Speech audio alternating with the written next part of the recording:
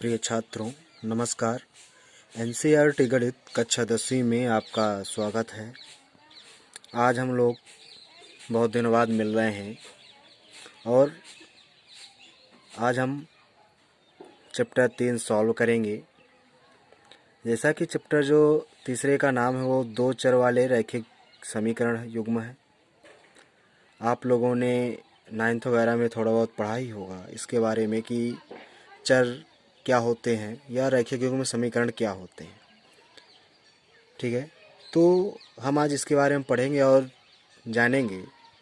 मेरे प्यारे दोस्तों, रैखिक समीकरण युग्म का मतलब है एक से अधिक रैखिक समीकरण युग्म दिए होना और फिर उनको हल करना। हल करना यानी कि कहते हैं उनका मान निकालना, या हम एक भाषा में और कह सकते हैं कि जैसे कोई समीकरण दिया है 2x + 3y = 5 है, x - 2y - 3 = 0 है, तो यहाँ से जो x और y के जो मान निकलेंगे वही इस रैखिक समीकरण युग्म के मान होंगे। तो चलिए हम सॉल्व करते हैं, एक एग्जाम्पल्स लेते हैं और एग्जाम्पल के बाद हम एक्सरसाइज लेंगे। जैसे कि इस पे एक हम एग्जाम्पल ले रहे हैं कि लिखा हुआ है x + 3y = 0 है, और दूसरा समीकरण ले लेते हैं 2x + 5y = 3 के। तो अगर हम इससे x और y का मान निकाल लें तो ये समीकरण हमारा हल हो जाएगा। और देखें ये दो जोड़ा बना है, यानी कि दो समीकरण है, समीकरण 1 और समीकरण 2। तो इन्हीं को कहते हैं समीकरण युग्म। युग्म का मतलब होता है आपका जोड़ा। जैसे कहीं अगर युग्म लिखा है तो इस युग्म का मतलब होता है जोड़ा। ठीक है, जोड़ा यानी कि दो। ठीक है, यानी कि दो चर वाले रैखिक समीकरण युग्म। दो चर यानी कि एक x हो गया, एक y हो गया, ये दो चर हो गए। और रैखिक युग्म रैखिक है, यानी कि पावर नहीं लगी हुई है। रैखिक का मतलब आपको पता ही है कि जिसकी पावर 1 होती है उसे रैखिक युग्म या रैखिक समीकरण कहते हैं। युग्म का मतलब होना चाहिए दो समीकरण होना चाहिए, इसलिए हमने दो समीकरण लिख दिए। पहला समीकरण, पहला रैखिक समीकरण हो गया x + 3y = 0। दूसरा रैखिक समीकरण हो गया 2x + 5y = 3। अब इनको हमें हल करना है, तो ध्यान दें, या तो हम y वाला टर्म y के गुणांक बराबर कर लें या तो x के गुणांक बराबर कर लें, तो आसानी से सॉल्व हो जाएगा। तो हम सबसे पहले x के गुणांक बराबर करेंगे, तो लिखेंगे समीकरण 1 में 2 का गुणा करने पर, 2 का गुणा करने पर, 2 का गुणा जैसे हमने किया तो हमें प्राप्त क्या हुआ, 2x + 2 × 3 = 6y = 0। और इस समीकरण को पुनः लिख देंगे। इसको मान सकते हैं आप 3 समीकरण मानना चाहें, और ये दूसरा समीकरण उस तरह नोट कर दीजिए आप 5y = 3। ये आपका सेकेंडरी समीकरण है। अगर आप इसको सॉल्व करेंगे, देखिए साइन चेंज कर दीजिए, माइनस का प्लस का है तो माइनस, ये भी प्लस है तो माइनस, ये प्लस माइनस, एक तरह से कह दें कि घटा दें हम। ठीक है, साइन यानी कि अगर माइनस लगा रहे हैं तो घटा रहे हैं, अगर और अगर प्लस लगा रहे हैं तो जोड़ रहे हैं। ठीक है, देखिए ये कट गया, क्योंकि एक वैल्यू कटनी चाहिए तभी हम दूसरी वैल्यू का मान निकाल सकते हैं। ये वैल्यू कट गई तो आया क्या, 6y में 5y चले गए तो y बचा, और ये 0 में -3 चला गया तो -3, यानी कि y का वैल्यू -3 आपको मिल गया। अब इस y का मान समीकरण 1 में रखने पर, 1 में, इससे क्या होगा अगर y का मान रखेंगे, यानी कि अगर आप y का मान रखेंगे तो आपको x का मान प्राप्त होगा। जैसे y का मान आप यहाँ रखेंगे तो x का मान प्राप्त होगा, यहाँ रखेंगे तो x का मान प्राप्त होगा। यानी कि आपके पास 3 समीकरण हैं, इन 3 समीकरणों में से किसी भी समीकरण में आप y का मान रख देंगे तो आपको x का मान सेम प्राप्त होगा। ठीक है, तो हमारा सबसे छोटा जो समीकरण है 1 है, इसे सबसे छोटे में रख देते हैं ताकि कैलकुलेशन में दिक्कत ना हो। तो जो समीकरण फर्स्ट है क्या है, x + 3। अब यहाँ पर y है तो y का वैल्यू हमारे पास -3 है बराबर 0। तो x 3 × 3 = 9 बराबर 0। तो x उस साइड जाएगा, पक्षांतर होगा तो x बराबर 9। अतः हम कह सकते हैं कि x और y का मान कितना आ गया आपका, 9 और 3 है। ठीक, इसी तरह आपको रैखिक युग्म समीकरण सॉल्व करने हैं। ठीक है, या तो कभी दायां पक्ष लेकर सॉल्व करना पड़ेगा, कभी बायां पक्ष। तो चलिए हम एक्सरसाइज की तरफ चलते हैं, फिर आपको समझ में आएगा कि वहाँ कैसे क्वेश्चन है। देखिए दोस्तों, ये हमारी प्रश्नावली 3.1 है और 3.1 का जो पहला क्वेश्चन कह रहा है वो क्या कह रहा है, आफताब अपनी पुत्री से कहता है 7 साल पूर्व मैं तुमसे 7 गुनी आयु का था, अब से 3 वर्ष बाद मैं तुमसे केवल 3 गुनी आयु का रह जाऊंगा। इसका कोई मतलब नहीं, क्या यह मनोरंजक है, इसका कोई मीन्स नहीं है। आगे क्या लिखा है, इस स्थिति को बीजगणितीय एवं ग्राफीय रूपों में व्यक्त कीजिए। यानी कि इसने जो कथन ऊपर कहा है इस कथन को आपको बीजगणितीय रूप में और ग्राफ रूप के यानी कि ग्राफ बना के आपको समझाना है। तो चलिए हम इस क्वेश्चन को सॉल्व करते हैं। तो देखिए पहला क्वेश्चन सॉल्व करते हैं। पहले क्वेश्चन में लिखा है, क्या कहता है, फिर से एक बार पढ़ लेंगे हम क्वेश्चन को। क्वेश्चन में लिखा है, आफताब अपनी पुत्री से कहता है कि 7 वर्ष पूर्व मैं तुमसे 7 गुनी आयु का था। यानी कि हम मान सकते हैं कि आफताब की आयु कुछ है और उसकी पुत्री की आयु कुछ है। तो हम मान लेंगे कि माना आफताब की वर्तमान आयु x वर्ष है, और पुत्री की मान लेंगे तथा पुत्री की वर्तमान आयु y वर्ष है। अब कहता क्या है, फिर से क्वेश्चन में ध्यान देते हैं। उसने पहले स्थिति में कहा है कि 7 वर्ष पूर्व मैं तुमसे 7 गुनी आयु का था। ठीक है, 7 वर्ष पूर्व का मतलब कह रहा है, पूर्व मतलब पहले, और अगर पहले आयु पूछी जाती है तो आपको पता है जैसे कोई व्यक्ति अगर 18 साल का है तो उससे पूछा जाता है कि 7 साल पहले तुम कितनी के थे, तो 18 में 7 घटा के बताएगा कि मैं 11 साल का था 7 वर्ष पूर्व। इसी प्रकार इन आफताब की भी निकाल लेते हैं और पुत्री की 7 वर्ष पहले की आयु निकाल लेते हैं और उस आयु में ये कंडीशन हम सेटिस्फाई करेंगे। तो लिखेंगे प्रथम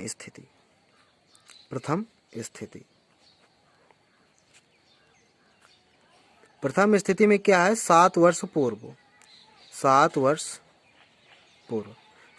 पूर्व अगर हम पूछें कि आफताब की आयु क्या रही होगी, आफताब की आयु,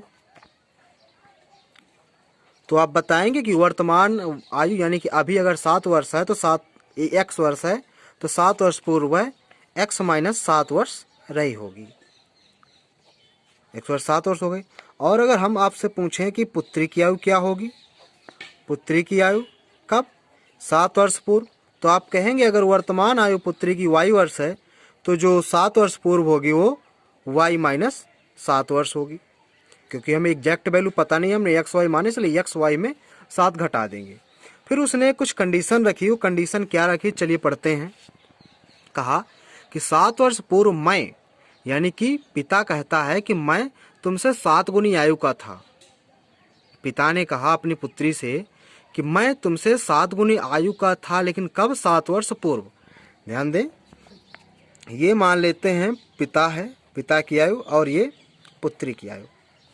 अगर हमें समीकरण बनाना है, उसने साफ साफ कहा बीजगणितीय रूप में व्यक्त करना है। अगर बीजगणितीय रूप में व्यक्त करना है यानी कि दोनों को आपस में इक्वल होने चाहिए। ठीक है, तो इक्वल होने के लिए करेंगे क्या, उसने कहा है कि मैं तुमसे 7 गुनी आयु का था, यानी कि पिता जो है अपनी पुत्री से 7 गुनी आयु का था। अगर ये 7 गुनी आयु का था तो हमें अगर बराबर करना है या तो इसमें 7 का भाग दे दें या तो इसमें हम 7 का गुना कर दें। ठीक, तो होगा क्या, x माइनस 7 बराबर 7 का गुना करेंगे तो 7 का गुणा y से तो 7y, और 7 का गुणा 7 से 7 7 49। तो ये क्वेश्चन क्या बन गई, ये y 7y साइड आ जाएगा तो x माइनस 7y बराबर माइनस का 49, और ये उस साइड जाएगा प्लस का 7। तो बनेगा क्या, x माइनस 7y बराबर ये बनेगा, घटेगा कितना बनेगा 42 माइनस का। ये क्वेश्चन नंबर आपका फर्स्ट बन गया। अब चलिए हम सेकेंड स्थिति सॉल्व करते हैं। तो लिख लेंगे द्वितीय स्थिति।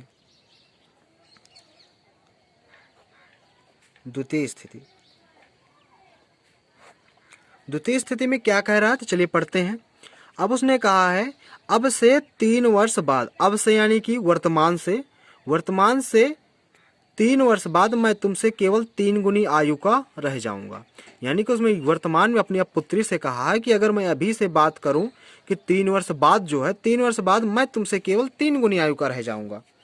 तो यानी कि अगर 3 वर्ष बाद हम निकालें आयु, 3 वर्ष बाद आफताब की आयु क्या होगी? आफताब की आयु क्या होगी? जो आफताब की आयु, जैसे मान लें अभी हमारी आयु 18 वर्ष है, तो 3 वर्ष बाद कितनी होगी? 18 में 3 जोड़ देंगे। उसी प्रकार जो वर्तमान आयु आफताब की है वो x वर्ष है, और 3 वर्ष बाद पूछ रहा है तो इसमें 3 जोड़ देंगे तो x प्लस 3 वर्ष हो जाएगी। ठीक, इसी प्रकार अगर पुत्री की बात करें, पुत्री की आयु, पुत्री की जो हमारी वर्तमान आयु है वो y वर्ष है, और अगर इसमें 3 वर्ष बाद पूछ रहा है तो 3 जोड़ देंगे तो y प्लस 3 वर्ष हो जाएगी। फिर उसने कंडीशन में बात हमसे ये कही कि अब से अगर देखा जाए कि 3 वर्ष बाद मैं तुमसे केवल अब 3 गुनी आयु का रह जाऊंगा। 3 गुनी आयु का रह जाऊंगा मतलब क्या है? तो चलिए देखते हैं। मतलब इसका ये है, उसने कहा कि आफताब अगर, अब उसने कहा कि मैं 3 वर्ष बाद तुमसे 3 गुनी आयु का रह जाऊंगा। तो अब ये 3 गुना है, अगर 3 गुना है, अगर हमें बराबर करना है तो 3 का गुना इसमें कर दें या तो इसमें 3 का भाग दे दें, दो में से कोई एक कर दें। ठीक, तो हमने 3 का गुना कर दिया, तब ये बन जाएगा x प्लस 3 बराबर 3 का गुना इधर करेंगे तो 3y, 3 का गुणा 9 से 3 त्रिकाई 9, 3y इस साइड आ जाएगा तो x माइनस 3y बराबर 9, और ये उस साइड जाएगा -3, तो x माइनस 3y बराबर 9 में 3 गया 6 बचा। ये समीकरण नंबर 2 बन गया। ठीक, अब वो कह रहा था बीजगणितीय रूप में व्यक्त करें, तो लिखेंगे बीजगणितीय निरूपण, बीजगणितीय निरूपण। बीजगणितीय निरूपण क्या होता है? यानी कि यही जो इक्वेशन है यही आपकी बीजगणितीय निरूपण, जो कि पहला इक्वेशन क्या थी? x माइनस 7y बराबर माइनस 42, ये लिखी हुई है, इक्वेशन फर्स्ट थी। और सेकेंड इक्वेशन है x माइनस 3y बराबर 6, यही आपके बीजगणितीय निरूपण है। अब आपसे उसने कहा है आगे कि इसका एवं ग्राफीय रूपों में व्यक्त कीजिए। अब ग्राफीय रूप में व्यक्त करना है तो चलिए ग्राफीय रूप में व्यक्त करते हैं। अब इसको हम ग्राफीय रूप में व्यक्त करेंगे। ग्राफीय रूप में, ग्राफीय रूप में कैसे व्यक्त करते हैं? हमें इन दोनों समीकरणों को हल करके x और y के मान निकालना है। x और y के कम से कम 2 से 3 मान निकालना है, ताकि हम ग्राफ में रख सकें नंबर लाइन पर और उससे ग्राफ बना सकें। तो देखते हैं आगे। समीकरण 1 से सबसे पहले लेते हैं। समीकरण 1 से तो लिखा है x माइनस 7y बराबर माइनस 42। इस समीकरण को हम इस प्रकार भी लिख सकते हैं कि x बराबर माइनस 42 प्लस 7y। ठीक, अब इस समीकरण से एक टेबल बनाते हैं, कम से कम 3 मान निकालेंगे इस टेबल में। जैसे कि अगर ये x है, ये y है, अगर हम इस y का मान यहाँ पर 1 रख दें, कितना रख दें?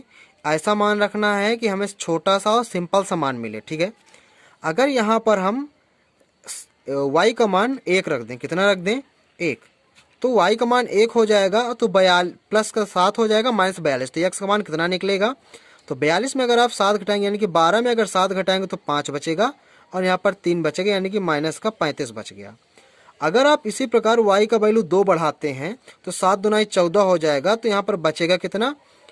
14, तो 12 में 4 गया 8, सॉरी यहाँ पर 14 है, जैसे 14 आ गया, मान रख दिया आपने 14, तो 12 में आप 4 घटाएंगे तो 8, यहाँ पर बचा 3 और यहाँ पर 1 है, तो 3 में 1 गया 2, यही बचेगा, लेकिन कहेगा माइनस का।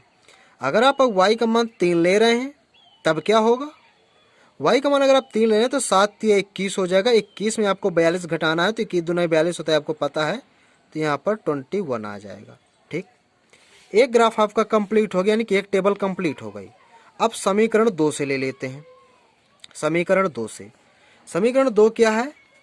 x माइनस 3y बराबर 6 लिखा है। अब क्या करना है? अब करेंगे, यहाँ से टेबल बनाएंगे कोई, तो सबसे पहले इसको हम किस रूप में लिख सकते हैं? 6, ये उस साइड जाएगा प्लस का 3y, ठीक है। तो अब यहाँ पर टेबल बनाएंगे। इस टेबल में x हो गया, ये y। अब y का मान देखें थोड़ा सा इसी के समथिंग आना चाहिए, ताकि छोटा ज़्यादा बड़ा ना हो, ताकि टेबल बनाने में दिक्कत ना हो। तो हम करेंगे क्या, सबसे पहले y का मान हम ऐसी वैल्यू रखेंगे कि x का मान सिंपल सा हमें मिले। तो हम y का वैल्यू अगर यहाँ पर रखना चाहें तो 1 रख दें। अगर y का मान 1 रखेंगे तो 3 का 3, तो 6 3 9 प्राप्त हो जाएगा। देखिए यहाँ से अगर 9 रख देंगे तो बहुत ही बड़ा ग्राफ बन जाएगा। हमें छोटा छोटा चाहिए, ठीक है। यानी कि माइनस पे आए हैं तो इधर भी थोड़ा बहुत माइनस पे आए तो कोई दिक्कत नहीं, अगला वैल्यू ले लेंगे। देखते हैं अगला क्या बचेगा। अगर यहाँ पर हम 7 लें, क्या ले लें, अगर y का मान 7 ले लें, 7 ले लिया तो 7 या 21 हो गया। और 21 में अगर 6 निकल गया, कितना बचेगा कि जुड़ेगा आपका, क्योंकि प्लस है यहाँ पर। तो 7 या 21 और 6 हो गया 27। ठीक, अब यहाँ पर कितना रख दीजिए, एक बार 0 रख दीजिए। y का मान 0 रखेंगे तो x का मान कितना मिल जाएगा आपको, 6 मिल जाएगा। ठीक, अब चलिए हम आपको ग्राफ बताते हैं। ग्राफ आपका कैसे जाएगा, ये आपको पता है x एक्सिस होती है, ये आपको पता है कि x एक्सिस होती है, और ये y एक्सिस होती है। x डैश एक्सिस, ये y एक्सिस, और ये y डैश एक्सिस। यानी कि एक्सिस का मतलब अक्ष होता है, ये मूल बिंदु होता है, और इधर की जो वैल्यू होती है वो सारी प्लस में होती हैं, इधर और इधर की जो वैल्यू होती है वो माइनस पे होती हैं। ठीक, तो हमें लाइनें कुछ बना लेनी है, थोड़ा सा बड़ा सा ग्राफ बनाना चाहिए, लेकिन छोटा सा बना लें कोई दिक्कत नहीं। लाइनें कितनी बनानी, इस पे 35, x में 35 होनी चाहिए, और y में समथिंग कितने तक जाना चाहिए, 7 तक जाना चाहिए। ठीक, तो 35 बनाने के लिए थोड़ा सा ज़्यादा बड़ा ग्राफ होना चाहिए, लेकिन माइनस पे हमें ज़्यादा बड़ा करना है। तो इधर यानी कि x यहाँ पर मान लेंगे थोड़ा सा, और प्लस पे भी जाना है थोड़ा ज़्यादा, तो प्लस में भी x यहाँ पर मान, छोटे छोटे खाने बनाते हैं। ठीक है, तो यहाँ पर 1 2 3 4 5 6 7 8 9 10 11 12 13 14 15 16 17 18 19 20 21 22 23 24 25 26 27। ठीक, इधर भी इस तरह कि 1 2 3 4 5 6 7 8 9 10 11 12 13 14 15 16 17 18 19 20 21 23 24 25 26, मान लीजिए यहाँ तक है यहाँ पे टोटल जितने भी मानना है। ठीक है, और इधर भी 1 2 3 4 5 6 ये हमने लिख दिए, और इधर भी हमने ग्राफ बना लिया। जनरली ग्राफ हम दोबारा आपको समझा देंगे अगर समझ में नहीं आएगा। अब इसमें जाना है x में -35, मान लीजिए ये -35 आपका यहाँ पर है। ठीक है, और y में कितना जाना है, 1 जाना, तो y आपका प्लस में, तो मान लीजिए +1 यहाँ पर है। तो ये बिंदु आपका कहाँ पर मिल रहा है, तो हमारा ये बिंदु यहाँ पर मिल रहा है। आ रहा समझ में, यानी कि मान लीजिए 35 अगर यहाँ पर है, 1 यहाँ पर है, तो जो ग्राफ जो हमारा बिंदु पॉइंट मिल रहा है यहाँ पर मिल रहा है, सीधा इसके और सीधा इसके। सेकंड क्या बनेगा, 28, तो मान लीजिए 28 12 यहाँ पर है माइनस का, और 2 2 यहाँ पर है, तो इस अगला पॉइंट कहाँ पर बनेगा, थोड़ा सा जस्ट ऊपर बनेगा यहाँ पर, है ना, ये 28 के ऊपर जस्ट, और इसके सामने अगला -21, तो 21 आप यहाँ पर मान लीजिए, और 3 है तो 3 यहाँ पर, इसके भी थोड़ा सा जस्ट ऊपर यहाँ पर बन जाएगा। ठीक, तो इसका ग्राफ क्या बन गया, इसका ग्राफ हमारा जाके इन तीनों बिंदुओं को मिला देना है आपको। तीनों बिंदुओं क्या करना है आपको, मिला देना। तो हमने तीनों बिंदुओं को मिला दिया। ठीक, कितना भी निकाल दें, तीनों बिंदुओं को हमने मिला दिया। अब इस सेकंड वाले को देखेंगे। सेकंड वाला क्या है, x में 9 जाना है, तो मान लीजिए 1 2 3 4 5 6 7 8 9 9 यहाँ पर है, और y में 1 जाना, तो y में 1, तो पॉइंट पहला यहाँ पर बन गया। दूसरा पॉइंट क्या बना, x में 27 जाना है, y में 7 जाना, तो 27 हमारा सबसे लास्ट पे है, और y में 7 जाना है, तो 1 2 3 4 5 6 7, तो 7 यहाँ पर, तो समथिंग बन जाएगा आपका यहाँ पर पॉइंट।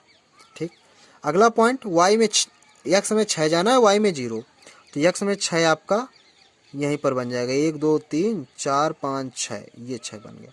अब क्या करना है, इसको भी आपको मिला देना है।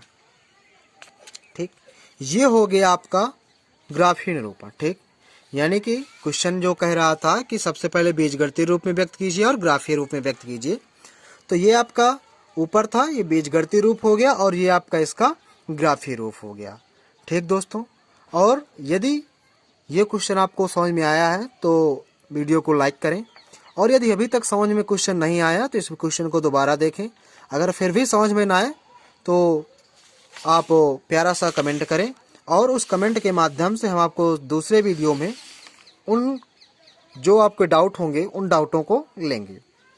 और 2-3 दिन बाद हम आपको लाइव पढ़ाएंगे, जिससे कि आपकी कोई प्रॉब्लम नहीं होगी। आप सामने पूछ सकते हैं हमसे, यानी कमेंट करके आप तुरंत हमसे पूछ सकते हैं। वहाँ व्हाइट बोर्ड पे पढ़ाएंगे तो आपको ज़्यादा समझ में आएगा। तो चलिए दोस्तों, आज की क्लास हम यहीं समाप्त करते हैं। और यदि अभी तक आपने हमारे YouTube channel Devendra official Atarra को सब्सक्राइब ना किया हो तो सब्सक्राइब कर लें और बेल आइकन को ज़रूर दबाएं, ताकि आगे आने वाली वीडियो आपको सबसे पहले और टाइम पर मिल सकें।